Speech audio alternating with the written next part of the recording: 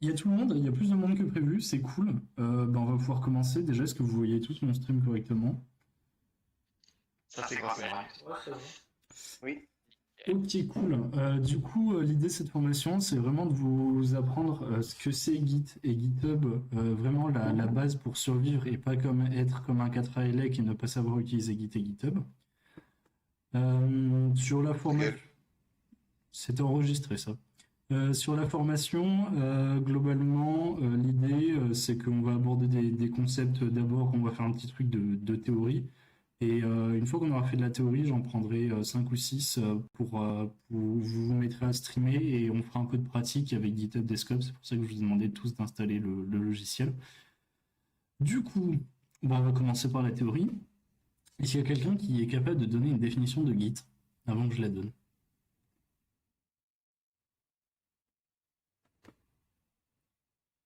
Ouais, c'est comme en cours.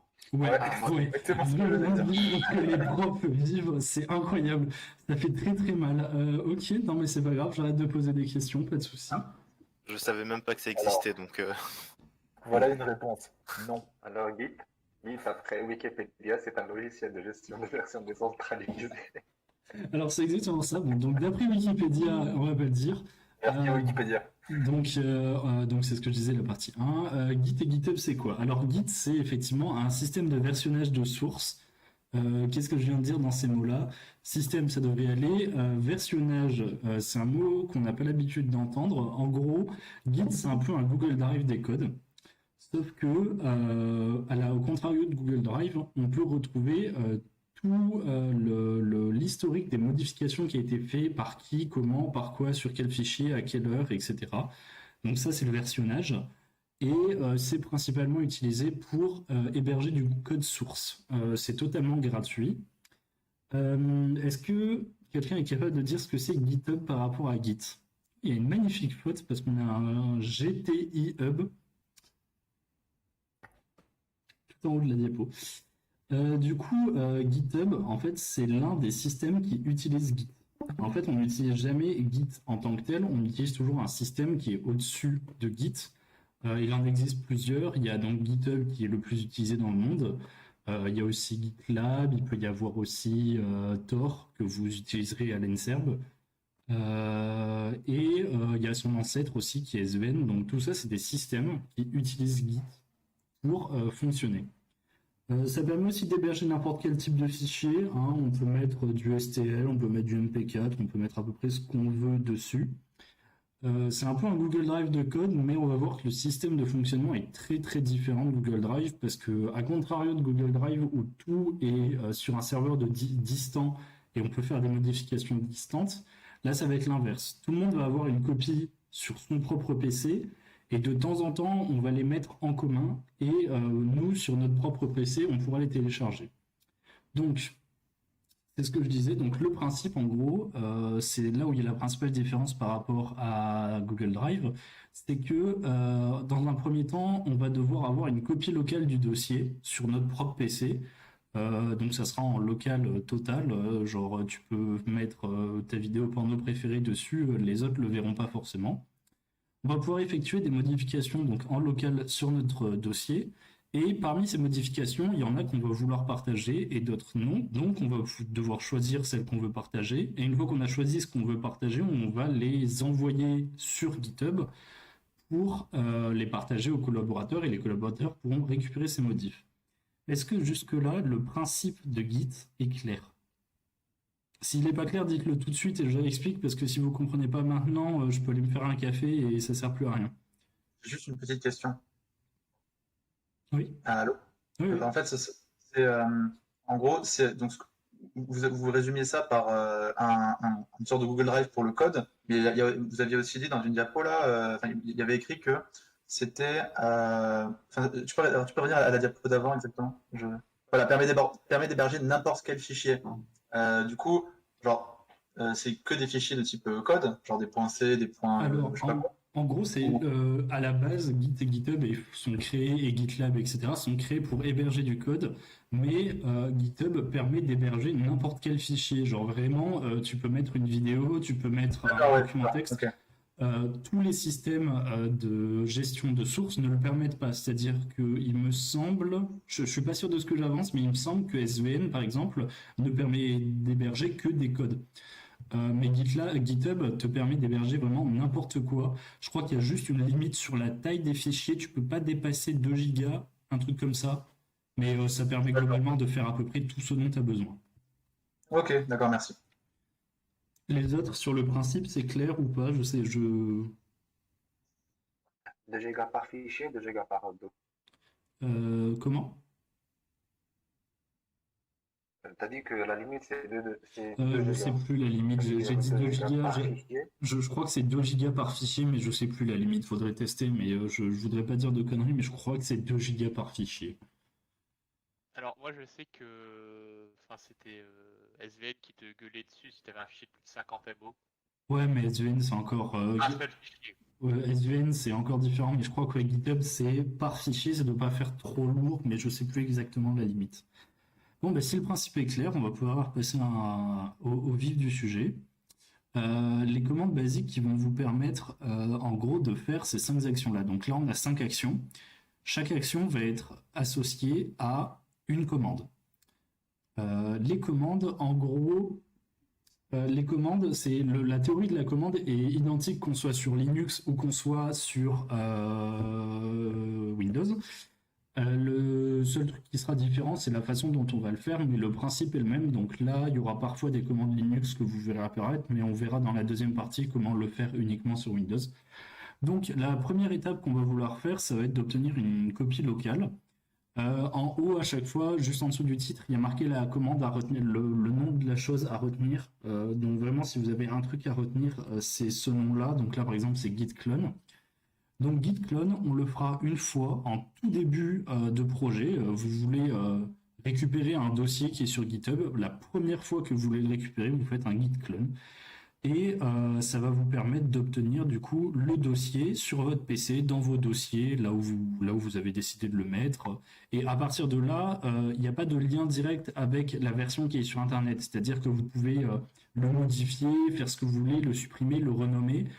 Tant que vous ne demandez pas à Git d'envoyer des modifications, il est totalement désynchronisé d'Internet.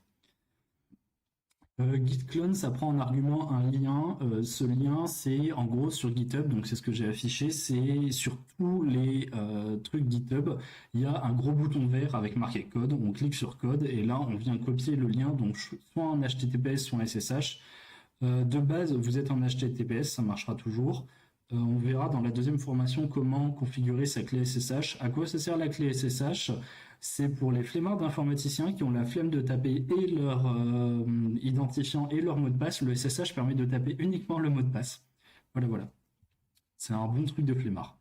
Donc ça sera la première action qu'on fera, ça va être de cloner. Une fois qu'on a cloné, on va pouvoir faire des modifications. Donc vous écrivez dans vos fichiers, etc. Vous faites ce que vous voulez, vous faites votre vie. Et à un moment, vous allez vous dire, ok, bon, Tartampion, il a besoin des modifications que j'ai fait, je vais vouloir lui partager. Le partage, ça va se faire en 3 parties. La première partie, il va falloir dire à GitHub qu'est-ce que vous voulez partager. Parce que vous ne voulez pas forcément tout partager. Si on reprend l'exemple du porno, vous n'avez peut-être pas envie de mettre votre porno sur GitHub. Donc ça, c'est la commande add, ce qui est quand même assez équivoque, quoi, genre c'est pas trop compliqué à retenir. C'est git add, le nom de votre fichier. Donc sur Linux, ça se fait en ligne de commande. Sur Windows, on verra avec GitHub Desktop que c'est encore plus simple. Il faut juste cocher une case, ce qui devrait pas être trop compliqué. Jusque-là, cloner add, c'est bon, c'est clair ou pas? Parce que là, après, on va attaquer le commit. Le commit, c'est un petit peu plus complexe à comprendre.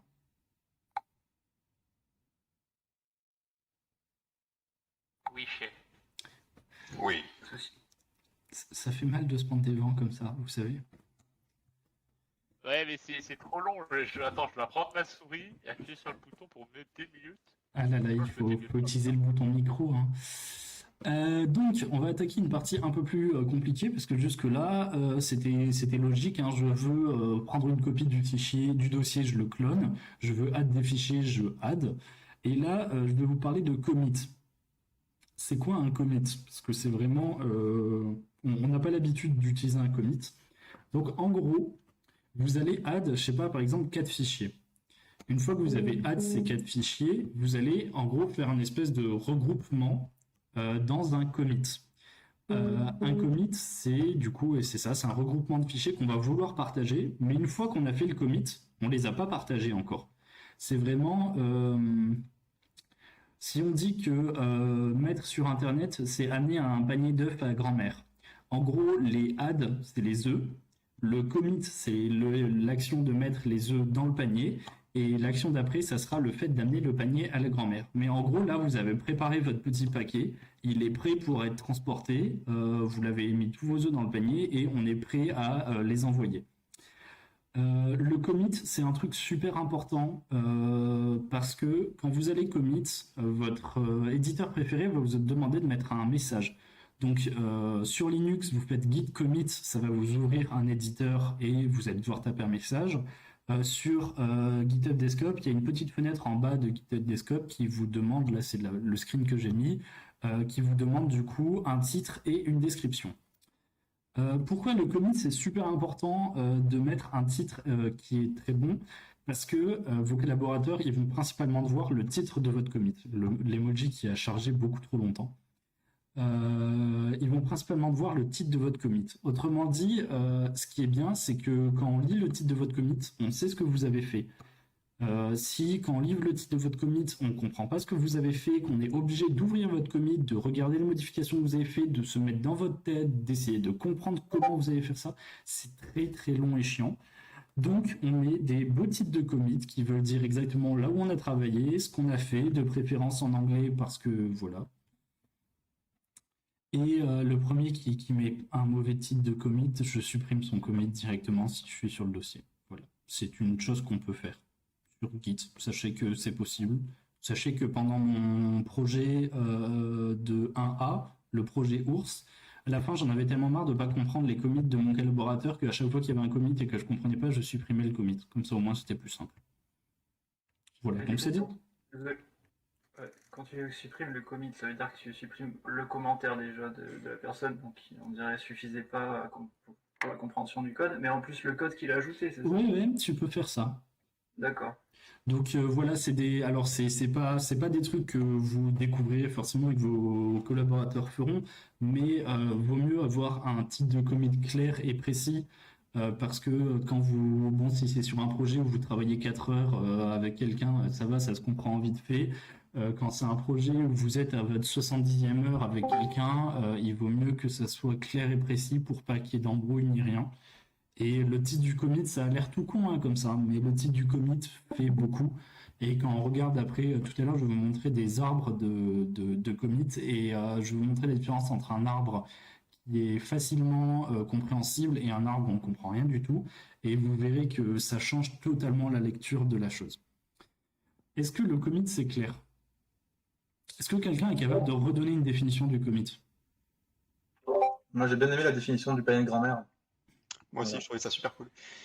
Le premier qui vient de parler, est-ce que tu es capable de réexpliquer ce que c'est un commit avec tes propres mots? Moi? Ouais. Merde. Du coup, c'est quand on a fait des modifications sur nos fichiers, le commit, c'est une sorte de regroupement de tous les fichiers pour être prêt à l'envoi. C'est comme l'enveloppe pour les envoyer à la poste, quoi. Ouais, on les met dans l'enveloppe et sur l'enveloppe, il y a des détails importants. Donc en l'occurrence, c'est ce qu'on a fait comme modif. Exactement, c'est nickel. Dans les bonnes pratiques des commits aussi, par exemple, il peut arriver, donc c'est pas forcément, mais il peut arriver que vous modifiez 15 fichiers d'un coup. Vous êtes chaud, là, vous faites une grosse session de code, vous modifiez 15 fichiers d'un coup. Ça peut être une bonne pratique de ne pas les regrouper tous dans un seul et même commit. Par exemple, je sais pas, j'ai écrit 2 sections de mon rapport et j'ai avancé sur les codes de mon jeu.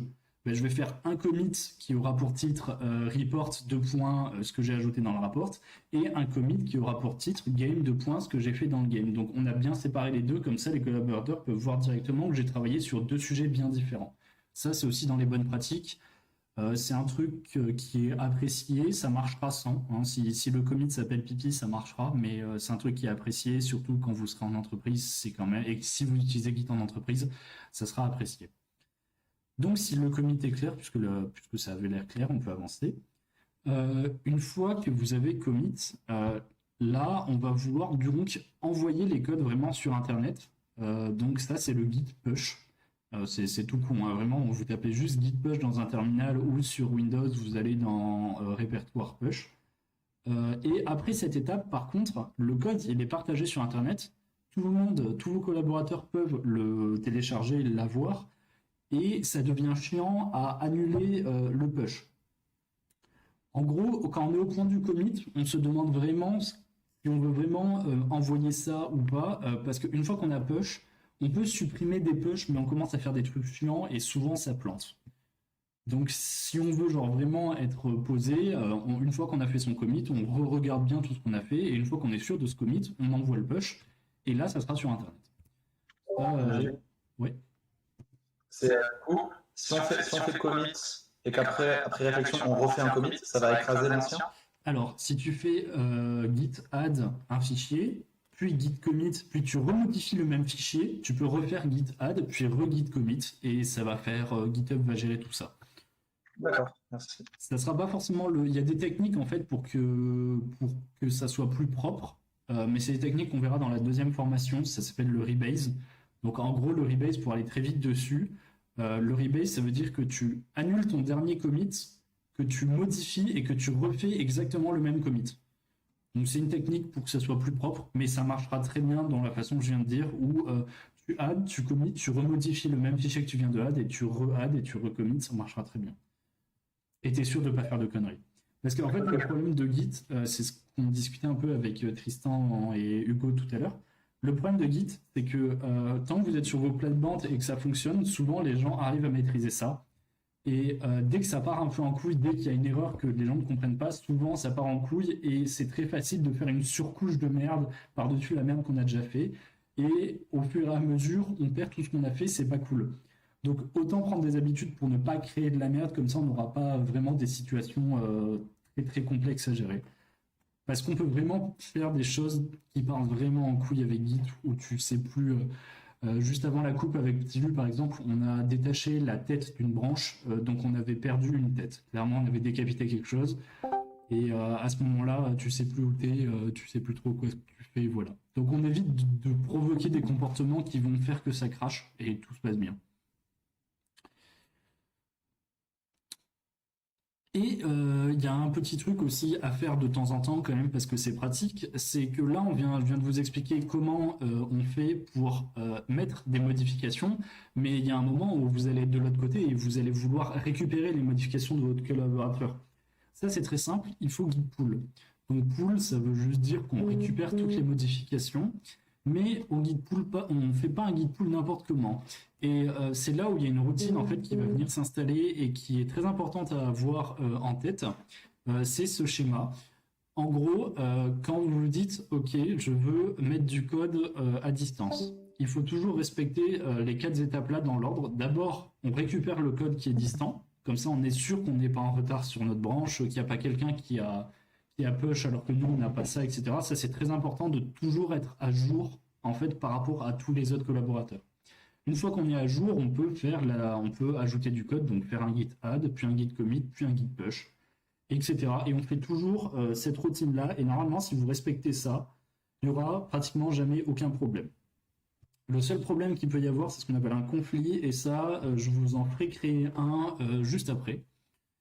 Est-ce que cette routine est claire? Est-ce que le schéma est clair? Parce que j'ai fait un schéma comme ça, mais je ne sais pas du tout s'il est clair. Pour moi, oui, mais...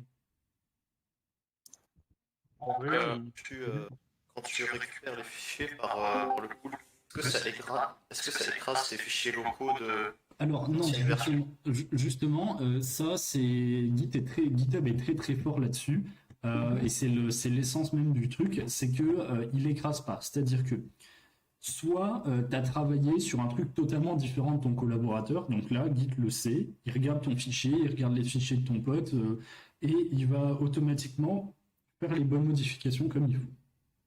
Ça, c'est si tu n'as pas travaillé sur le même fichier que ton collaborateur. Si tu as travaillé sur exactement la même chose que lui, Git va créer ce qu'on appelle un conflit.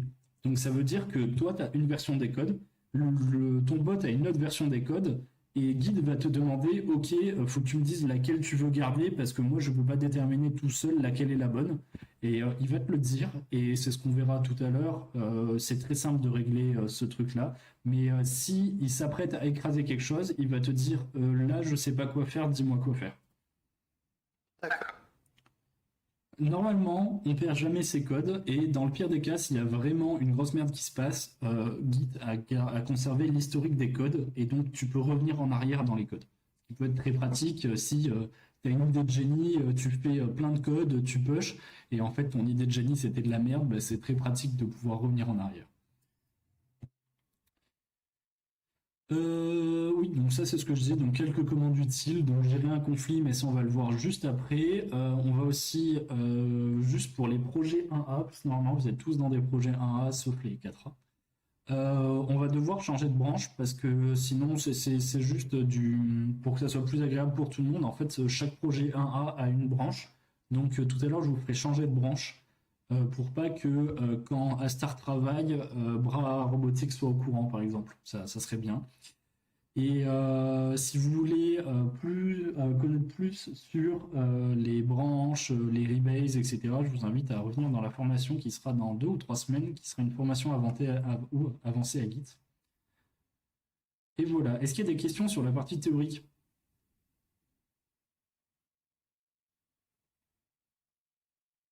Nick? Pas de questions? Non. Bon, Ok, donc vite fait, je vais vous montrer ce que c'est GitHub Desktop. Alors, GitHub Desktop, c'est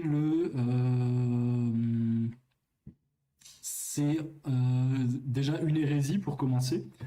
Mais c'est surtout, je vais réussir à cliquer sur mon truc, ne vous inquiétez pas. Voilà, c'est une hérésie parce qu'on peut tout faire en ligne de commande, mais c'est surtout un truc qui est pratique quand vous êtes sur Windows et qu'un terminal n'existe pas trop, pour utiliser quand même Git. Juste GitHub Desktop, c'est pas un éditeur de texte, donc dedans vous pouvez ajouter des fichiers, les enlever, etc. Mais ce n'est pas un éditeur de texte, donc vous ne pourrez pas modifier directement vos fichiers. Donc je vais juste faire une démo très très rapide de comment on peut l'utiliser sur sur les trucs que j'ai dit tout à l'heure. Donc là par exemple on va cloner un répertoire. Vous ne voyez pas quand je clique sur File.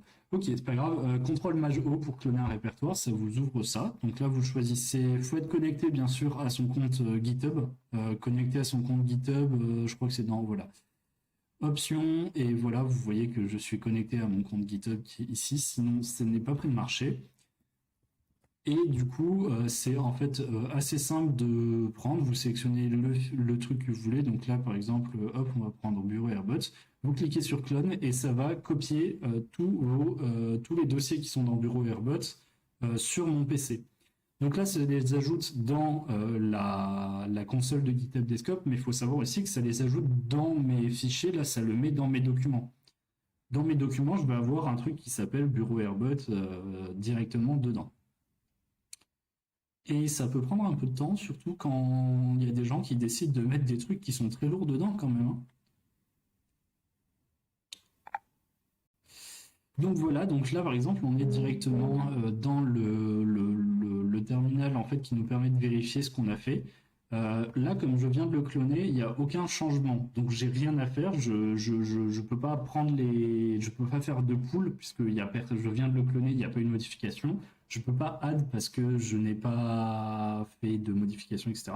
Donc juste pour vous montrer comment add, je vais faire une très rapide, bon vous ne le voyez pas, mais je vais faire une très rapide modification. Hop. Voilà, donc là je viens juste de changer le readme. Et là vous voyez directement que ici, vous voyez bien tous ma souris normalement, ici il me dit que j'ai changé le readme. Et directement, alors ça c'est un défaut de GitHub Desktop, directement il me le add. Donc pour add un fichier sur GitHub Desktop, il y a juste à cliquer sur la coche qui est là. Voilà, donc là il est add. Et une fois que je suis sûr des fichiers que je veux add, je vais pouvoir faire un commit. Donc le commit il est ici. Donc je peux taper le titre du commit qui est là.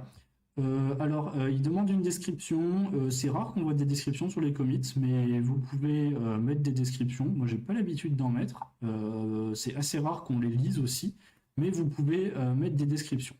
Et une fois que je suis sûr de ce que je fais, je peux commit.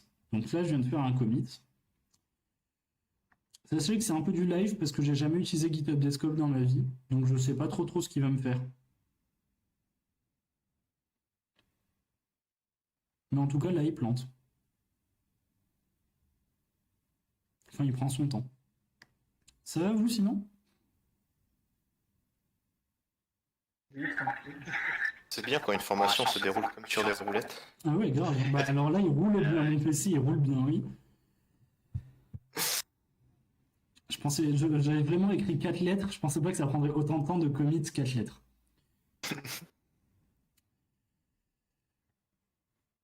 Bon, bref, une fois qu'il a fini de commit, vous allez juste vous faites juste CTRL-P. Et CTRL-P, ça push. Donc voilà, là par exemple, je viens d'interrompre mon commit et de... Ah sinon, il a réussi à le faire. Et ici, on voit que voilà, je viens de réussir à push. On l'a vu sur la barre de chargement. Et pour pull, donc pour récupérer les trucs distance, c'est CTRL-P. Et là, voilà, on le voit ici, il vient de pull. Donc c'est assez simple à utiliser GitHub Desktop, plus simple qu'en ligne de commande, je dois bien l'avouer.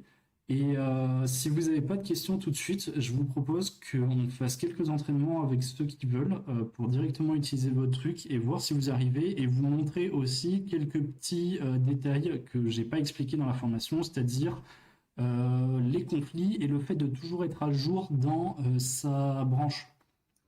Est-ce qu'il y a des questions déjà? Ouais, moi j'en ai une. Avant de commencer à commit, tu fais un git pull ou pas? Avant de commencer en fait, le mieux à faire, c'est avant de add, tu fais un git pull pour être sûr que ça serait plus simple en présence pour t'expliquer ça, mais en gros, git, si tu push alors qu'il y a d'autres de tes collaborateurs qui ont push avant toi et donc que tu es en retard, c'est ce qu'on appelle un retard de branche. Donc s'il y a des collaborateurs qui push, que toi tu récupères pas le modif et que tu essayes de push, Git il va te dire tu es en retard sur ta branche, il faut que tu push. Donc que tu pulls, pardon. Donc le meilleur moyen d'éviter ça, parce que ça fait un truc assez moche dans l'arbre, c'est de pull avant de push. Ok, d'accord. Ok, d'autres questions? Pas d'autres questions. Du coup, moi je pense que je vais arrêter de streamer.